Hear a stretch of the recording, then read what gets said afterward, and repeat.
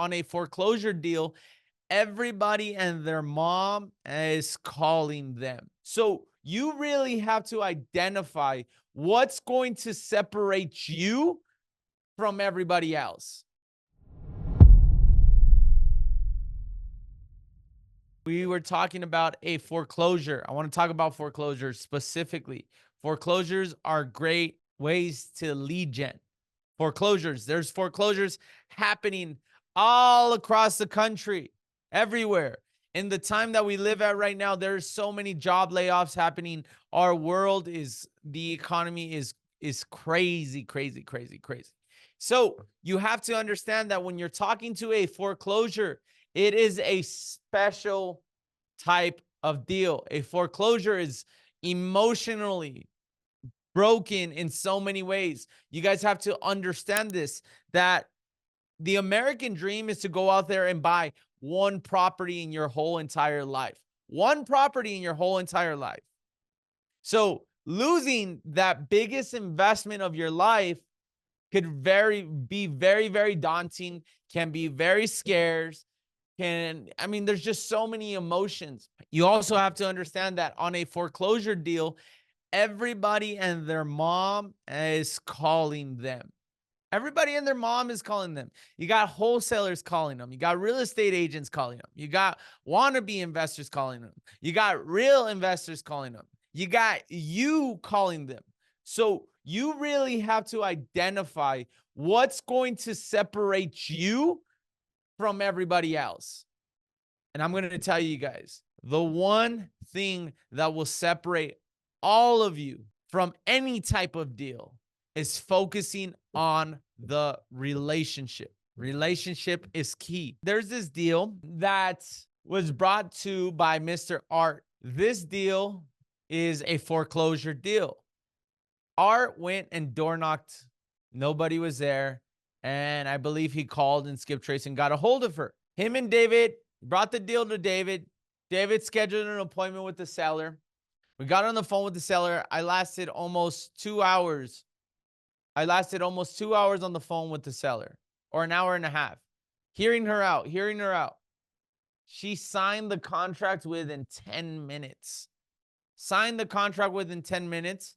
And after those 10 minutes, we talked for the hour and a half or the hour and 20 minutes. Now, once we were able to have a conversation, somebody went to the house the other day and they found letters from other people on the house. Hey, I'm an investor. I got several ways to help you out. I specialize in foreclosure. Hey, we want to buy your house. We saw you're in foreclosure. Hey, I have a buyer interested. I saw you're in foreclosure. So it's understanding the situation of the foreclosure. And when you focus on the relationship, that's when you're able to accomplish so much more. So based off of this is foreclosures are typically going to be your subject to deals. And I hope everybody is able to take notes on this, but foreclosures are going to be your subject to deals. Why? Subject to deals are typically somebody that has a problem. Somebody in foreclosure has a problem. And the faster that you build trust, the faster that you're able to identify how you can accomplish that problem. Now, you always have to stand out. You always got to learn to identify what the seller's goals are.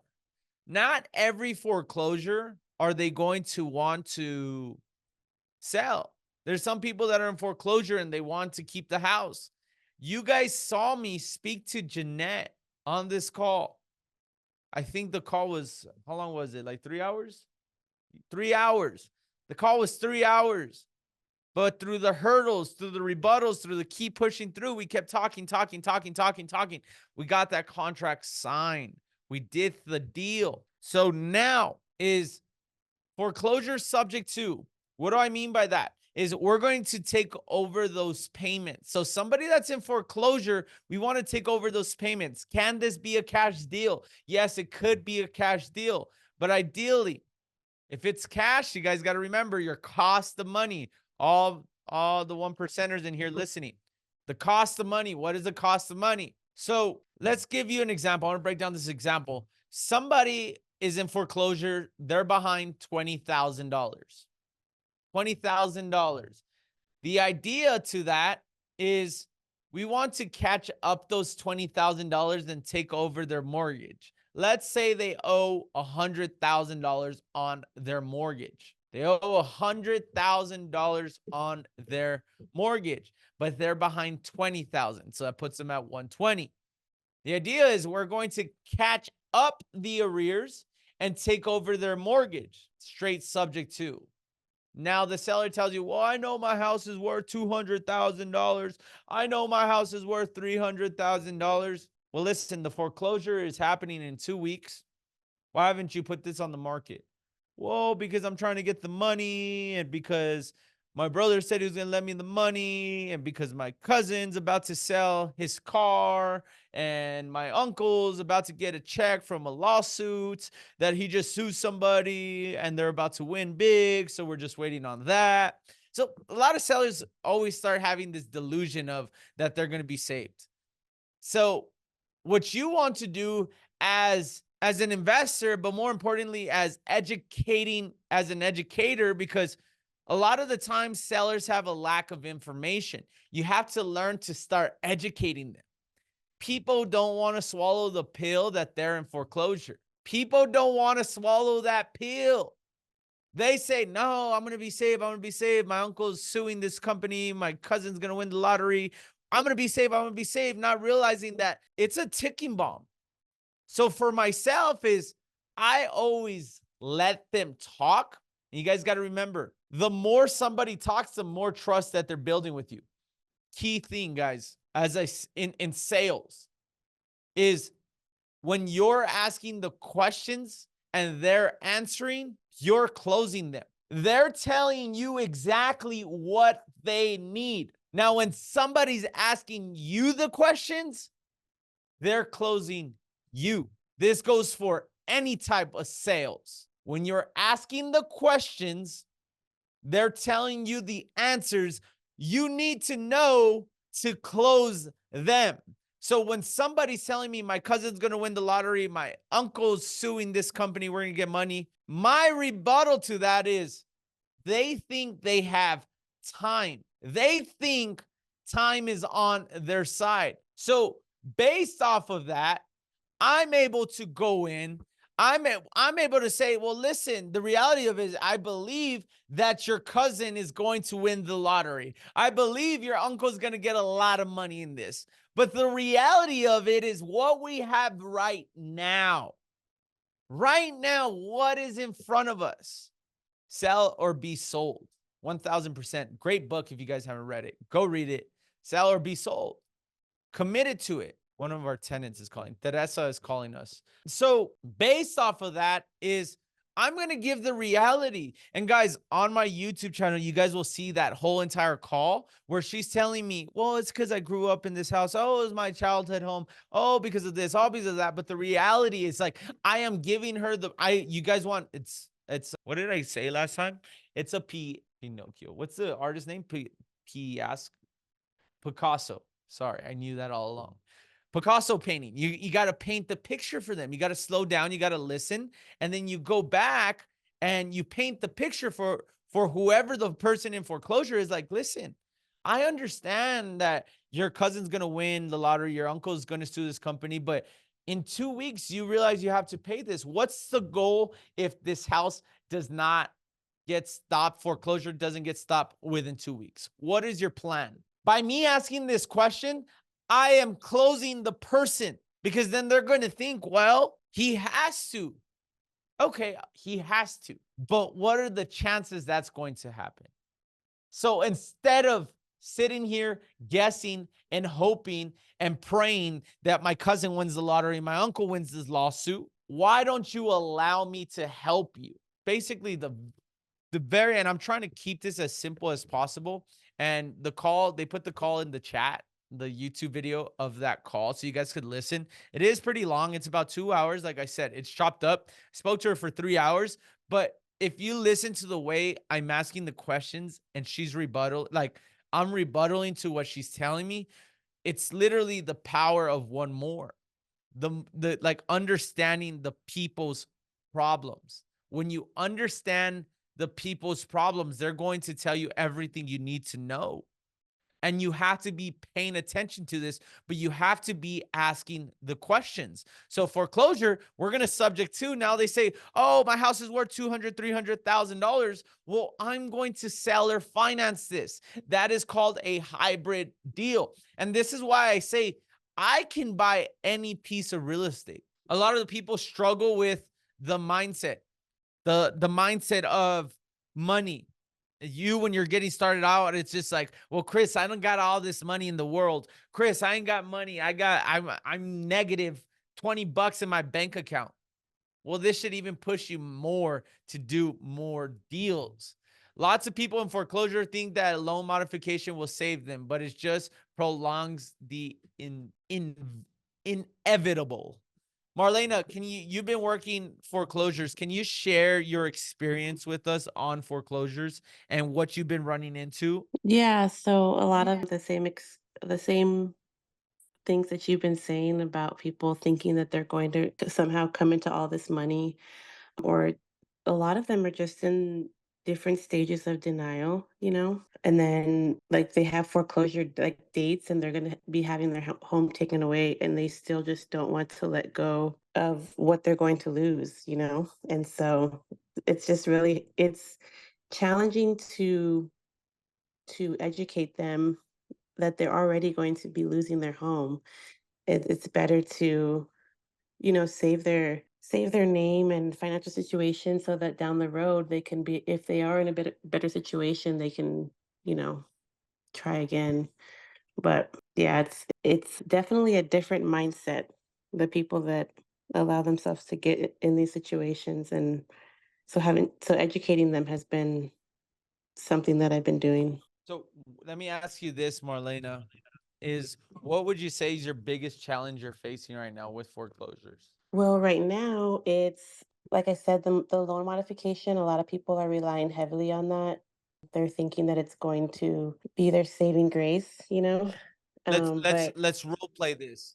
I want to role play this with you. I want to hear what what you're saying and like kind of what's your rebuttal to that. So it's like, hey Marlena, I'm going to no, I'm already working with the bank. wait, so sorry, say it again. I'm role playing, so I'm the I want to role okay, play. I want to be the person in foreclosure. You're going to be the okay, buyer, and then we'll switch roles. No, okay. Marlena, I'm already working with the bank. So are they assisting you on getting?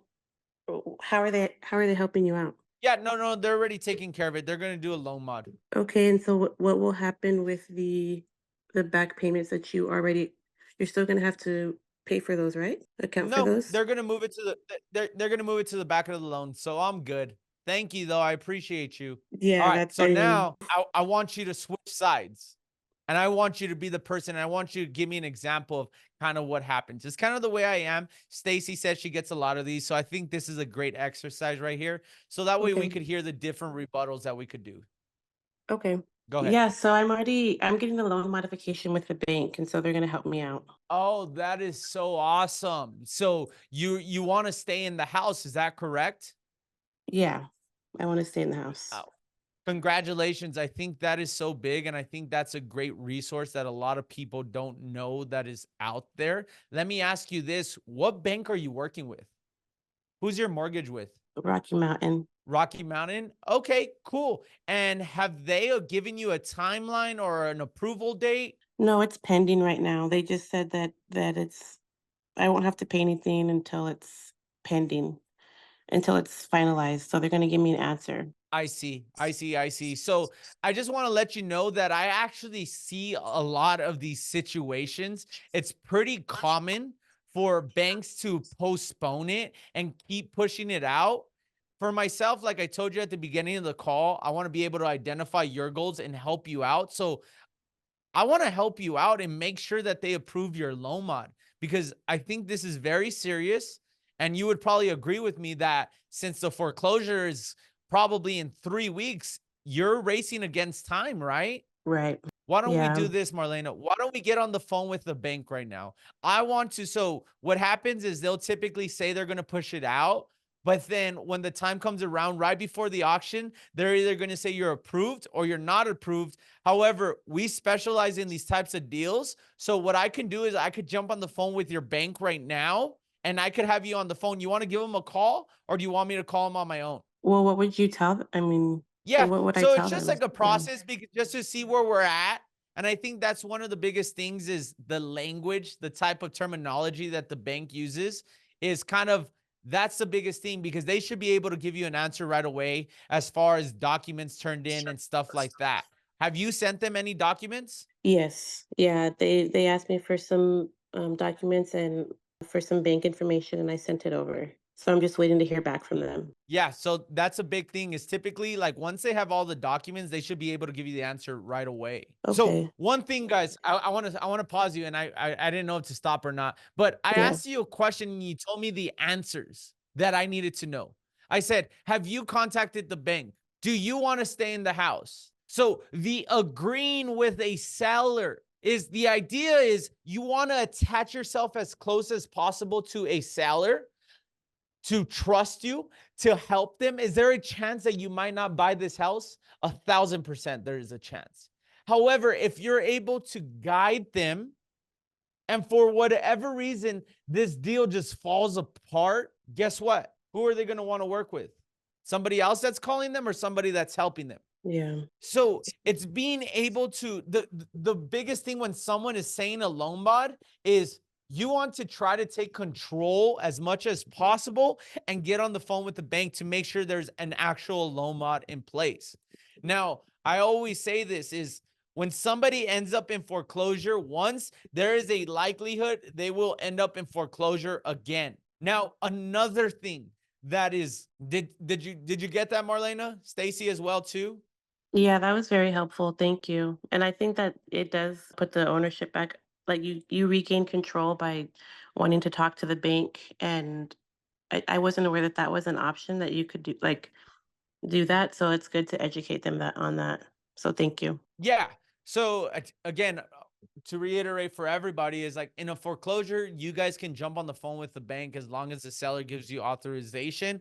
In the portal, guys, for the students, there's an authorization in the portal that you guys have. However, if the seller gets on the phone, they verify the information, they party line you, boom. The idea is how do I make sure they're not lying to me? How do I make sure they're telling me the truth of that they're really in a low mod situation? Oh, awesome. Congratulations. That's awesome. I'm glad. Great, great, great, great. However, for everybody, this is just for your knowledge, is you still need to get qualified for a loan bot. And most of the times you still need tax returns to get qualified for a loan mod. The bank still wants to see that you're working, that you have income, that you might have got behind for you were in an accident or something happened. There was a life changing situation, something happening, but that you're still working, you're still able to afford the property. So now, based off of that, is you're able to go in and you're able to just gain control of it. Now, for whatever reason, let's say this, and this I have not done this, but I know it's possible. I know people that have done this, and this would be like I don't even know how to say it, but getting someone on a loan mod and then them saying, you know what, I don't want to keep the house. I got approved for the loan mod, but I can't keep up with the payments. I can't afford the property. I still lost my job. I want to downsize. This house is too big for me. My family lived in here and I don't want to live here. I was emotionally attached. I don't want to have nothing to do with this. And this might go over some of your guys' heads of what I'm saying, but I want to break it down as much as I can is a seller that's behind $50,000, you get them approved for a loan mod, that goes to the back of the loan. They allow you to still subject to the deal, meaning you don't have to come in with any credit, any cash, any credential. You don't need to come in with any of that because they moved the arrears to the back of the loan. So they're not in foreclosure no more, but they still want to sell. Does that happen? Yes, that happens. These deals are out there everywhere. I've seen people that they don't want to keep their house. Now, another thing is getting a property under contract. Foreclosure is not happening for 2 months. What if, while it's under contract, you're able to work it? Damn, this is gold. You're able to work it and get a loan modification and apply for the loan modification for the seller, and you get it approved. Get a house under contract in a foreclosure, get a loan modification. While you have it under contract, you approve the loan modification. Now you're getting in again with $0. Biggest thing here, guys. Art, I know you're knocking these houses. You're learning. You got one under contract. We're going to keep going. You're going to keep learning through this as you continue to go. Marlena, I know you're getting the foreclosure side. No, you're working it. One of the biggest things that I want to share, guys, is I come on here every day. I talk about a million different things. A million different things, but the reality of it is go out there and choose a niche. Choose something that's going to allow you to get into the game. You go out there, you get a deal, and then, oh, now I want to go wholesale. Now I want to go do seller finance. Now I want to go do a flip. Now I want to go do hard money loans. I want to go do loans. I want to go do PML. Like, pick a niche. Go ahead, Cassandra. They'll allow them to get a loan mod, If they get approved, but at the point that they already jacked up their credit, like, aren't they already all jacked up because of the foreclosure? no, because it hasn't foreclosed on them yet. But you've already taken the hits on the late payments, no? So doesn't your credit tank at that point so you won't qualify? You could still qualify. I mean, so during COVID there was programs out there to help people. I want to say up until last year was the last one I saw because I stopped working foreclosures. But it happened to me where we were able to get this guy approved for a loan mod, but he needed to make 3 consecutive payments. But that's exactly what a loan mod is for people to modify whether they fall behind. Maybe they fell behind not because they lost their job, but because they were in a car accident. They were out of work for X amount of times. So on the credit side, it's really more on the, can you still pay the house? So to answer the question in general, yes, you could still get approved for a loan mod. Okay, got it. Loan mods adjust to the borrower's current levels. Will, can you explain what you're saying? So I guess what you're saying is they Sorry. basically Yeah. spread it out through payments is what they're behind. Yeah, That's what you're saying. Yep. Yeah. they're gonna adjust it to their current, income levels and make it so that it's affordable for them, at least on the surface. But like Chris said, it's probably preventing the inevitable. Have you ever done a loan mod, Will? No, but I was familiar with it because, like you said, that's part of the conversation you have with the seller. And does the I interest love rate that. change at all, or does the interest rate stays the same? It can.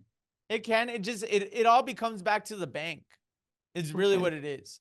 The bank could say, listen, I'm going to roll this into your loan. I'm going to have to charge closing costs, or you're going to get a new rate, or like it just depends on the bank and the borrower at the time. So I think what you're asking, that's when you restate a loan is you can get a new rate. But on the loan mod, it's like you said, it's the spread of what was behind that go, I don't know how many payments they put it in, but they just spread it throughout the payments and add it on top. Okay. So if the It payment can. was 1,200, It- if the payment was 1,200 and they spread it out 2, 3, 4 years or whatever, and then they add that additional 300 on top of those 12. So now their new payment's 15. But And I would also like to add the ones what they put on the back end. Usually they don't charge. That just sits there. It's a flat. It doesn't. They don't get a interest rate on that. goes into the principal. That's what you're saying, right, Will? It just goes to the back end. Well, like you said, they could structure it any kind of way, but what I've seen is that they put it on the back. It's just a lump sum sitting there, so it's weighing the property down. The loan mod is on the principal original loan. That's not going to change, but it tends to be a lower payment. So that's what they're focusing on. Like, what can you afford to, with your current income levels, what can you afford? Boom. Okay. I'm gonna call back that Edward guy with the 2.6 interest rate. He was waiting on a loan mod, but I'm gonna call him back. Because he You wanted guys some hear like that? outrageous down payment as well. But that would, if he can get that, if we can get that loan mod approved, that would be good. When's the foreclosure? Well, he's a vet. They're disabled vets, and so they were doing some like law or something that allows them to stay, or allows them to get assistance before they push it into foreclosure. So he is just in like this pre-foreclosure status still, and he's been waiting for this loan mod to come in. And so, but he has a 2.6 interest rate, and I believe like a 20 or like 2019 or 2020 house. It's pretty new, You so I'm guys gonna call him hear back. that? Like a 2.6% interest. 2.6. 2.6. When do you think you're ever gonna see that? That's phenomenal. But do you see, like, so watch, check this out, Marlo. Is he wants a 2.6, he wants a large down payment. Okay, cool. Why do you want a large down payment? Well, what are you gonna do if you don't sell this house? What's going to happen? Listen, you hang around the rim. Just like a basketball game. I don't know if you guys ever see basketball or you guys play basketball when you're little, but coach used to say, hang around the rim, hang around the rim, hang around, wait for the rebound. I would hang around the rim. I would call him and say hi, have a conversation, check on him, hang around the rim on that. Because as the time comes, he keeps pushing himself against the wall where he has no other options. But since you've been building the relationship, that's what's going to separate you. And people buy from people. We're in the people business. I've seen it all the time where, and it's happened to me, guys, where a seller will tell me that they've gotten higher offers than my offer, but they want to work with me because they trust me. They built a relationship with me. They like me. People buy from people they like. It's that simple. I hope all of you guys were able to take away something. It's very educational today. Super on foreclosures. Tomorrow, I'll make some calls live. I'll call a seller live. I have a bunch of leads that I wanted to call today, but I think this was necessary. And I hope all of you guys were able to take away something. You guys have an amazing day. Go out there, be great. Remember, can't do it overnight. It's 1% better every day.